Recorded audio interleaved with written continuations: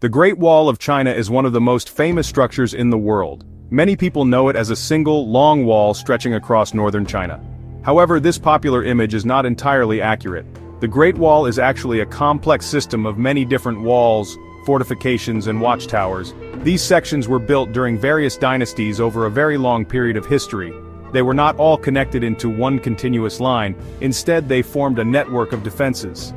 The story of the wall is the story of China itself, reflecting its fears, its ambitions, and its incredible ability to undertake massive projects that span centuries. The earliest pieces of what we now call the Great Wall were constructed more than 2,000 years ago. Around the 7th century BC, several smaller states in ancient China built earthen walls to protect their borders from each other and from nomadic tribes. These were simple barriers made of packed earth and wood. The real push to create a unified defensive line came much later. It was China's first emperor, Qin Shi Huang, who began the first major effort to connect and extend these existing walls around 221 BC. He wanted to create a single, formidable barrier to guard his newly unified empire from northern invaders. The construction of the wall was an immense and often brutal undertaking. Millions of people were forced to work on the project. This workforce included soldiers, convicted criminals, and ordinary citizens who were conscripted into service. The conditions were incredibly harsh, and it is said that many thousands of workers died during the construction. The materials used varied depending on the location and the time period. In the eastern parts of China, builders used bricks and cut stone. In the western desert regions where such materials were scarce, they used rammed earth mixed with reeds and tamarisk branches, a surprisingly durable method. Over the next 2 millennia, many different dynasties repaired, rebuilt, and expanded the wall. The Han Dynasty, which followed the Qin, extended the wall further west to protect the valuable Silk Road trade routes. However, the most famous and well-preserved sections of the Great Wall that we see today were built during the Ming Dynasty, from the 14th to the 17th century. The Ming rulers invested heavily in the wall, building impressive stone and brick fortifications to defend against Mongol and Manchu tribes. Their efforts resulted in the iconic structure that fascinates millions of visitors each year. The main reason for building the Great Wall was always protection. For centuries, the fertile lands of agricultural China were a tempting target for the nomadic peoples of the northern steppes. Groups like the Xiongnu during the Qin and Han dynasties, and later the Mongols and Manchus, were skilled horsemen and fierce warriors. They could raid Chinese settlements quickly, stealing grain, livestock, and other valuable goods before disappearing back into the vast grasslands. The wall was intended to be a physical barrier that would slow down these invasions and make it much more difficult for cavalry to sweep into Chinese territory unopposed. This defensive line was not just a simple wall, it was a sophisticated military system. It was designed to prevent large armies from crossing the border with their horses and supply wagons. The height and width of the wall made it a formidable obstacle for any attacking force.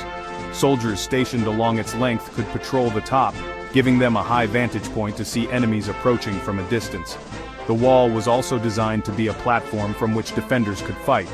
They could shoot arrows and drop stones on attackers below, using the structure itself as a protective shield while they repelled an assault.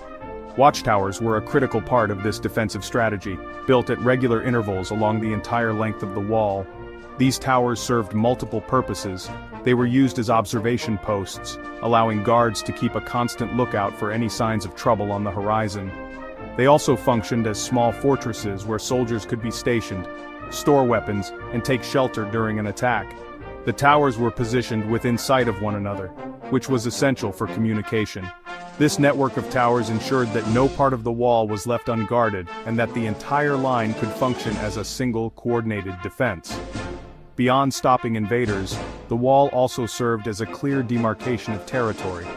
It drew a line between the settled, agricultural civilization of China to the south and the nomadic, pastoral cultures to the north.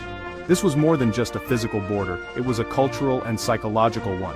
For the Chinese emperors, the wall represented order, stability, and the edge of their civilized world.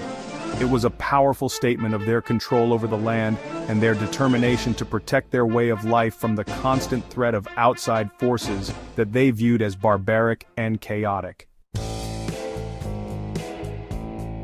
While its primary purpose was defense, The Great Wall served several other important functions. One of the most ingenious of these was its use as a rapid communication system. The series of watchtowers was not just for spotting enemies, it was also a way to send messages quickly across vast distances. During the day, guards would use smoke signals to relay information. By burning a mixture of wolf dung and other materials, they could create large plumes of smoke that could be seen from the next tower. A single column of smoke might signal a small group of invaders, while multiple columns could indicate a much larger attacking army. At night, when smoke signals would be invisible, the soldiers switched to using fire. By lighting torches or large bonfires on top of the towers, they could pass messages along the wall in the darkness. This system was remarkably effective for its time. It was said that a signal could travel hundreds of miles along the wall in just a few hours, far faster than a messenger on horseback could ever hope to ride. This allowed the imperial court in the capital to be alerted to a border threat with incredible speed, giving them precious time to dispatch reinforcements to the point of attack and prepare a proper defense. The Great Wall was also instrumental in controlling trade and travel, especially along the famous Silk Road. During the Han Dynasty, the wall was extended deep into the western deserts of China. This extension was not just to keep invaders out, but also to protect the merchants and caravans that traveled this lucrative trade route. The Silk Road was the main artery connecting China with Central Asia, the Middle East, and even Europe. It was a source of immense wealth and cultural exchange, but it was also vulnerable to raids by bandits and nomadic tribes who preyed on the slow-moving caravans. Forts and gates were built at key points along the wall, such as the famous Jiayu Pass and Shanhai Pass. These strategic gateways functioned as customs posts. All merchants, diplomats, and other travelers wishing to enter or leave China had to pass through them. Here, officials could inspect goods, levy taxes on traded items like silk and tea, and regulate the flow of people across the border.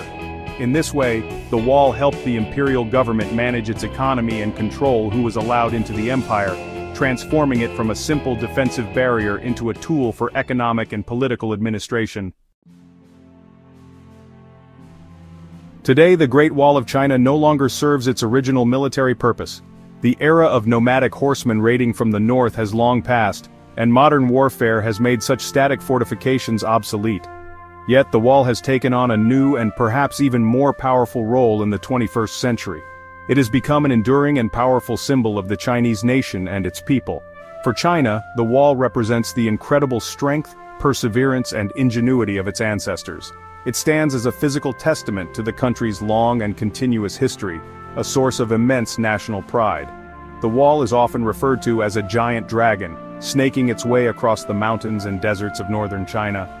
This imagery connects the structure to one of the most important mythical creatures in Chinese culture, representing power, good fortune, and strength. The Great Wall has become an icon of China itself, instantly recognizable around the globe. It is a key part of China's national identity, featured in songs, poems, and art. The saying, "He who has not been to the Great Wall is not a true man," attributed to Mao Zedong, captures the deep cultural significance the wall holds for the Chinese people. Furthermore, the Great Wall is one of the world's most popular tourist destinations, attracting millions of visitors from both within China and abroad every year. In 1987, it was designated a UNESCO World Heritage Site, recognizing its outstanding universal value to humanity. Tourism provides a significant economic benefit, but it also presents challenges. The sheer number of visitors can cause wear and tear on the ancient structure. As a result, the Chinese government faces the ongoing task of preserving and restoring sections of the wall to ensure that this incredible piece of history can be appreciated by future generations. In the end, the Great Wall is much more than just a collection of bricks and stones. It is a symbol of unity, a monument to the countless lives that built it, and a powerful link between China's past, present, and future. It tells a story of conflict and defense, of trade and communication, and ultimately, of a nation's enduring spirit. While its watchtowers no longer send smoke signals of approaching armies, the wall continues to send a message to the world, a message of resilience, history, and the profound legacy of one of the world's